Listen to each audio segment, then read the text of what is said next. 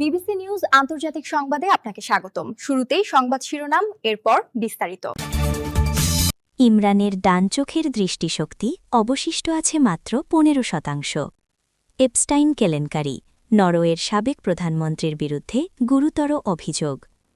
আফ্রিকার দেশগুলোর অবশ্যই 2026 বিশ্বকাপ বর্জন করা উচিত। বাংলাদেশের ভোট নিয়ে সন্তোষ প্রকাশ বিদেশি পর্যবেক্ষকদের। এতক্ষণ শুনছিলেন সংবাদ শিরোনাম, এখন বিস্তারিত। আপনি যদি মুসলিমদের পাশে থাকতে চান তাহলে ভিডিওতে লাইক করে চ্যানেলটি অবশ্যই সাবস্ক্রাইব করে দিবেন এবং কমেন্টে জানিয়ে দিবেন আপনার মূল্যবান মতামত। এখন বিস্তারিত। ইমরানের ডান চোখের দৃষ্টিশক্তি অবশিষ্ট আছে মাত্র 15%। পাকিস্তানের সাবেক প্রধানমন্ত্রী ইমরান খানের ডান চোখের দৃষ্টিশক্তি মাত্র 15% অবশিষ্ট আছে। ইমরানের দল পাকিস্তান তেহরিকি ইনসাফের পিটিআইয়ের পক্ষে আদালতে এমন প্রতিবেদন হাজির করার পর তার চোখ পরীক্ষা করতে মেডিকেল টিম গঠনের নির্দেশ দিয়েছেন দেশটির সুপ্রিম কোর্ট। একই সঙ্গে তাকে সন্তানদের সঙ্গে কথা বলার সুযোগ দেওয়ারও নির্দেশ দিয়েছেন আদালত। খবর তা ডনের। আগামী সোমবারের 16 ফেব্রুয়ারির মধ্যে এই দুটি নির্দেশ কার্যকর করতে বলেছেন আদালত। পাকিস্তানের প্রধান বিচারপতি ইয়াহিয়া আফ্রিদি ও বিচারপতি শাহিদ বিলাল হাসানের সমন্বয়ে গঠিত 2 সদস্যের বেঞ্চ এই নির্দেশ দেন। আজ বৃহস্পতিবার রাওয়ালপিন্ডির আদিয়ালা কারাগারে ইমরানের বসবাসের পরিবেশ সংক্রান্ত মামলার শুনানিতে এ নির্দেশ দেওয়া হয়। শুনানিতে প্রধান বিচারপতি বলেন, ইমরানের স্বাস্থ্য সবচেয়ে গুরুত্বপূর্ণ বিষয় এবং এক্ষেত্রে হস্তক্ষেপ প্রয়োজন। অ্যাটর্নি জেনারেল মনসুর ওসমান আওয়ান আদালতকে জানান, বন্দীকে চিকিৎসা সুবিধা দেওয়া রাষ্ট্রের দায়িত্ব।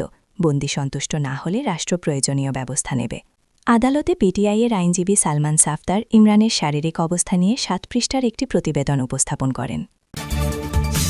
এপস্টাইন কেলেঙ্কারি, নরওয়ের সাবেক প্রধানমন্ত্রীর বিরুদ্ধে গুরুতর অভিযোগ। কুখ্যাত মার্কিন যৌন অপরাধী জেফ্রি এপস্টাইনের সঙ্গে সম্পৃক্ততার জেরে নরওয়ের সাবেক প্রধানমন্ত্রী থরবজন জাগল্যান্ডের বিরুদ্ধে গুরুতর দুর্নীতির অভিযোগ আনা হয়েছে। দেশটির অপরাধ তদন্ত বিভাগ একোক্রিম এই তথ্য নিশ্চিত করেছে। কাউন্সিল অফ ইউরোপের সাবেক মহাসচিব হিসেবে জাগল্যান্ড যে কূটনৈতিক দায়মুক্তি ভোগ করতেন তার সংস্থাটি প্রত্যাহার করে নেওয়ার পরপরই এই আইনি পদক্ষেপ নেওয়া হল। মার্কিন বিচার বিভাগ কর্তৃক সম্প্রতি প্রকাশিত তথাকথিত এপস্টাইন ফাইলসের উপর ভিত্তি করে এই তদন্ত শুরু হয়েছে। অভিযোগের মূল বিষয়গুলো হল, ইমেল রেকর্ড অনুযায়ী এপস্টাইন শিশু যৌন অপরাধে দণ্ডিত হওয়ার পরও জাগল্যান্ড তার প্যারিস, নিউ ইয়র্ক এবং পাম বিচের বাড়িতে ব্যক্তিগত ও পারিবারিক সফরের পরিকল্পনা করেছিলেন। অভিযোগ উঠেছে যে এসব সফরের যাতায়াত ও ভ্রমণ ব্যয় এপস্টাইন নিজেই বহন করতেন। এমনকি 2014 সালে এপস্টাইনের ব্যক্তিগত ক্যারিবীয় দ্বীপেও সপরিবারে যাওয়ার পরিকল্পনা ছিল জাগল্যান্ডের, যা পরবর্তীতে এপস্টাইন অসুস্থ হওয়ায় বাতিল হয়। নরওয়ের সম্প্রচার মাধ্যম এনআরকের দাবি অনুযায়ী জাগল্যান্ড একটি ব্যাংক ঋণ পাওয়ার ক্ষেত্রেও এপস্টাইনের সহায়তা চেয়েছিলেন, তবে এই সুবিধা তিনি শেষ পর্যন্ত পেয়েছিলেন কিনা তা এখনও নিশ্চিত নয়। আফ্রিকার দেশগুলোর অবশ্যই 2026 বিশ্বকাপ বর্জন করা উচিত। যুক্তরাষ্ট্র, কানাডা এবং মেক্সিকোতে অনুষ্ঠিতব্য 2026 সালের ফিফা বিশ্বকাপ বয়কট করার জন্য আফ্রিকার দেশগুলোর প্রতি জোরালো আহ্বান জানিয়েছেন জিম্বাবুয়ের রাজনৈতিক বিশ্লেষক টাফিম হাকা। 1976 সালে দক্ষিণ আফ্রিকার বর্ণবাদ বিরোধী আন্দোলনের প্রতি সংহতি জানিয়ে যেভাবে আফ্রিকান দেশগুলো অলিম্পিক বর্জন করেছিল, গাজায় ইসরায়েলি সামরিক অভিযানে মার্কিন সমর্থনের প্রতিবাদে বর্তমানে ঠিক একই ধরনের পদক্ষেপ নেওয়া প্রয়োজন বলে তিনি মনে করেন। তার মতে, যেখানে গাজায় নির্বিচারে প্রাণহানি ঘটছে সেখানে ফুটবলের মতো উৎসব চলতে পারে না। এই প্রতিবাদের পটভূমি তৈরি হয়েছে সম্প্রতি ব্রিটিশ পার্লামেন্টের 25 জন সদস্যের একটি প্রস্তাবকে কেন্দ্র করে, যেখানে তারা আন্তর্জাতিক আইন লঙ্ঘনের দায়ে যুক্তরাষ্ট্রকে আয়োজক দেশ হিসাবে বাদ দেওয়ার দাবি তুলেছেন। ইউরোপের বিভিন্ন দেশ থেকেও একই ধরনের সুর শোনা যাচ্ছে।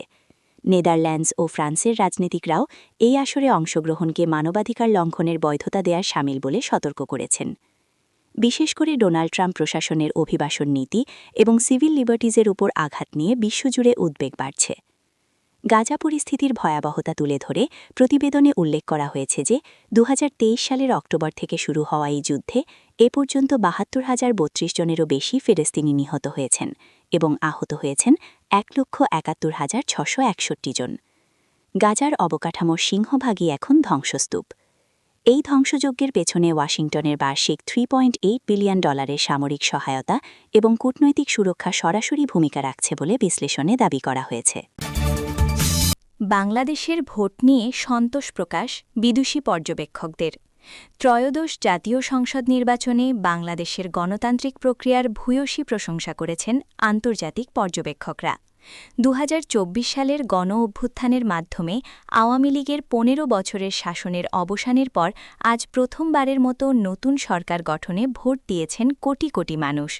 এই নির্বাচনকে ঘিরে জনগণের মধ্যে ব্যাপক উৎসাহ উদ্দীপনা লক্ষ্য করা গেছে বলে জানিয়েছেন বিদেশি প্রতিনিধিরা। যুক্তরাষ্ট্রভিত্তিক ইন্টারন্যাশনাল রিপাবলিকান ইনস্টিটিউট IRI এর নির্বাচন পর্যবেক্ষণ দলের প্রধান ও সাবেক মার্কিন কংগ্রেস সদস্য ডেভিড ট্রেয়ার নির্বাচনকে অবাধ, সুষ্ঠু ও উৎসবমুখর হিসেবে বর্ণনা করেছেন। ঢাকার Manarat international school and college কেন্দ্র পরিদর্শন শেষে তিনি সাংবাদিকদের বলেন, বাংলাদেশের ইতিহাসে আজ এক রোমাঞ্চকর দিন। প্রথমবারের মতো বাংলাদেশে এসে আমি সাধারণ মানুষের মধ্যে যে আনন্দ ও নির্বাচনী আমেজ দেখেছি তা সত্যিই মুগ্ধ করার মতো। তিনি আরও জানান, ভোটকেন্দ্রগুলোতে অত্যন্ত সুশৃঙ্খল পরিবেশ এবং জনগণের স্বতঃস্ফূর্ত অংশগ্রহণ বজায় ছিল। পাকিস্তানের নির্বাচন কমিশনের মহাপরিচালক নিগাত সিদ্দিকীও নির্বাচনের পরিবেশকে অত্যন্ত ইতিবাচক ও আন্তরিক বলে অভিহিত করেছেন। বেশ কয়েকটি কেন্দ্র পরিদর্শন শেষে তিনি বলেন, মানুষ অত্যন্ত আনন্দের সঙ্গে ভোট দিচ্ছেন। পরিবর্তনের পক্ষে এই হ্যাঁ না ভোটে ভোটারদের মধ্যে ব্যাপক আগ্রহ দেখা গেছে। বিশেষ করে নারী, তরুণ ও প্রবীণদের দীর্ঘ সারি প্রমাণ করে যে নির্বাচনটি অংশগ্রহণমূলক হচ্ছে।